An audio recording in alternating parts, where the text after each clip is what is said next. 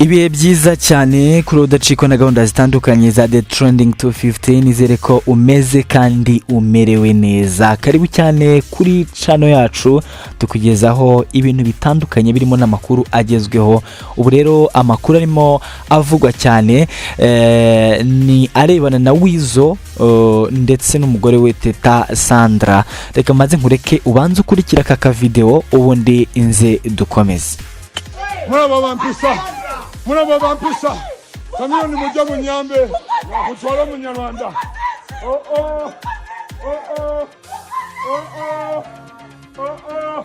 bananga mujya mu Nyambe omukazi yanjomera tanzi janja banga ko yade no kuguru konye koka omukazi musanze mukubu omukazi sankola omukazi anzita bambi pulumo gende wamwe sandwa pulumo gende wamwe aha, again.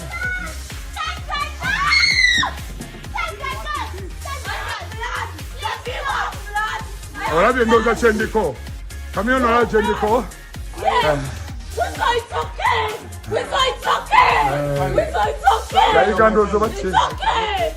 Ngira ngo wabyiboneye ni video y'ubushyamirane y'umunyamideli rero Teta Sandra n'umugabo we akaba n'umuhanzi Weasel Manizo bongeye kugaragara bashyamiranye aho Weasel yumvikanye asaba ubutabazi. Ni mu rurimi rw'ikigande rwiganje muri iyo video. Ni mu gihe aba bombi bari bamaze igihe batangaza ko uko byagenda kose batatandukana. Mu mashusho rero yacicikanye ku mbuga nkoranyambaga zitandukanye by'umwihariko ariko no mu bitangazamakuru byo muri Uganda. Weasel yatabazaga avuga ko bamukiza umugore umwishe. Weasel yagiraga ati murabona uko amfata Chameleone, muze mumfashe mutwara umunyarwandakazi, bagenzi muze mumfashe, umugore yarangonze ntiyigeze amvuza ukuguru kugeza aho gukira ubwako. Umugore namusanze ku muhanda ariko ibya nkorera arangishe. Sandra sohoka ujyi wanyu, genda murabona ibibazo mporamo Chameleone. Muri izi mbururu rero Teta Sandra we yasakuzaga avuga ati ngukoze iki Weasel nta kibazo.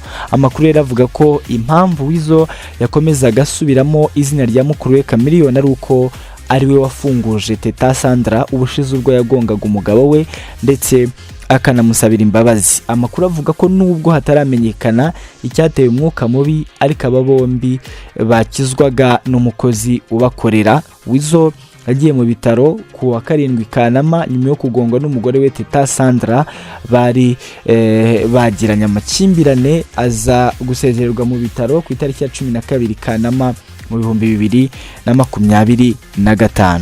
Si ubwa mbere rero uyu muryango ukozanyaho mu birebana no gushyamirana, kubera ko mu gihe Teta Sandra yatangiye gukundana na Weasel amakimbirane yabo ntiyigeze atinda kugaragara. Mu 2022 Teta yigeze guhungira i Kigali ari kumwe n'abana be nyuma y'ihohoterwa yashinjaga Weasel. Icyo gihe yahagaragaye ku mbuga nkoranyambaga amafoto agaragaza isura yangijwe bivuga ko yari yaramukubise. Ndetse muri Mata muri 2023 Weasel nawe yumvikanye nk'uwigaye kuba Teta yarigendeye akamuta, yasabye imbabazi ku mugaragaro maze Sandra aramubabarira agaruka i Kampala aho bongeye kubana nk'umuryango. Nyuma yaho rero hakomeje kugenda habaho ibindi nibyo kumugongura byibuka. Yamugongeye ahantu bigaragara ko hasa nk'ari ku kabari, ahita nagenda hava yirukanka, ndetse n'uburyo yamugonze mushatse bavuga ko ari uburyo rwose bwankana cyangwa se bya bintu yakoze azi. Gusa rero icyo nakubwira nuko kuri ubu ngubu bitifashe neza uyu mubano wabo. Rero dusubiza amaso inyuma nkubwire neza uko byatangiye. Ubundi batangiye kuvugwa cyane mu itangazamakuru mu nkuru z'urukundo mu 2019 nibwo byahwihwiswaga cyangwa byanugwanugwa ko aba bakundana.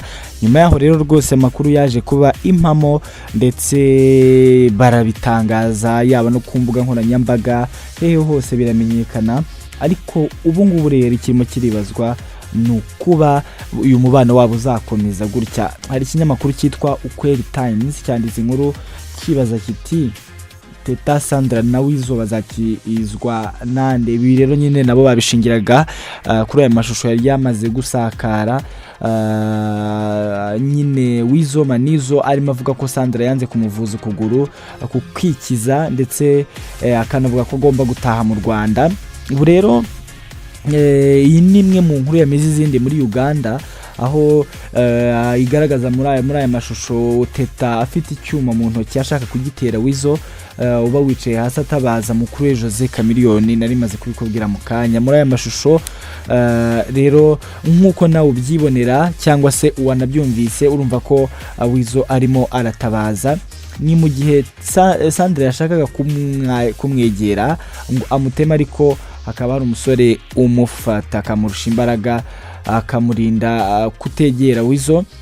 Abari Kampala rero baganiriye n'iki kinyamakuru cyitwa Ukweli Times basobanura ko Teta Sandra agaragara nk'uri guca mu bihe bigoye. Yagize ati umwe mu baganiriye n'iki kinyamakuru yagize ati mu cyumweru gishize nahuye na Teta ari kumwe n'abana ubona ko ahangayitse, ntabwo abana basaga nk'abo musitari kuko wabonaga basa nabi. Teta Sandra rero nawe mu kanya nabigarutseho ko yigeze gukubitwa ndetse akanakurwa amenyo n'uyu Weasel mu minsi yashize. nawe yaje kumwihimuraho niko nabivuga, aramugonga ndetse amugonga ukuguru ajya kukivuza.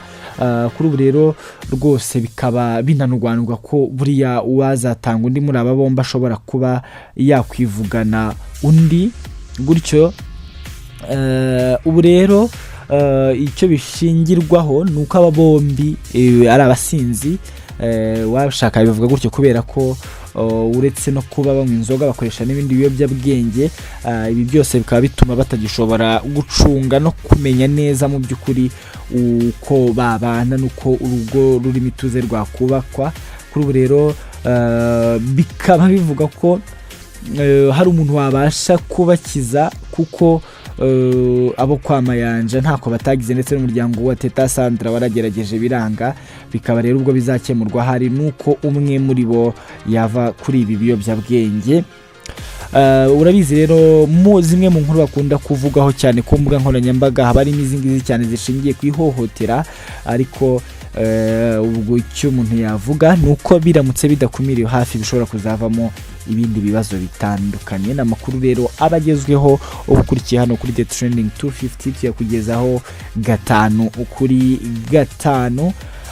Nk'ubwo ngira ngo urabyibuka ko twari twanakubwiye ko yagonzwe akavunwa amaguru mu kwezi gushize. Hanyuma rero ikindi nyuma yaho cyakurikiyeho nuko Teta yaje gutangaza ko ngo bameranye neza, ariko urabona ko ibyo ngibyo zari inkuru zo kuvuga gutyo gusa, kuko nta kigaragaza ko bameranye neza. Nyamara afata icyuma undi nawe ati tahugi wanyu.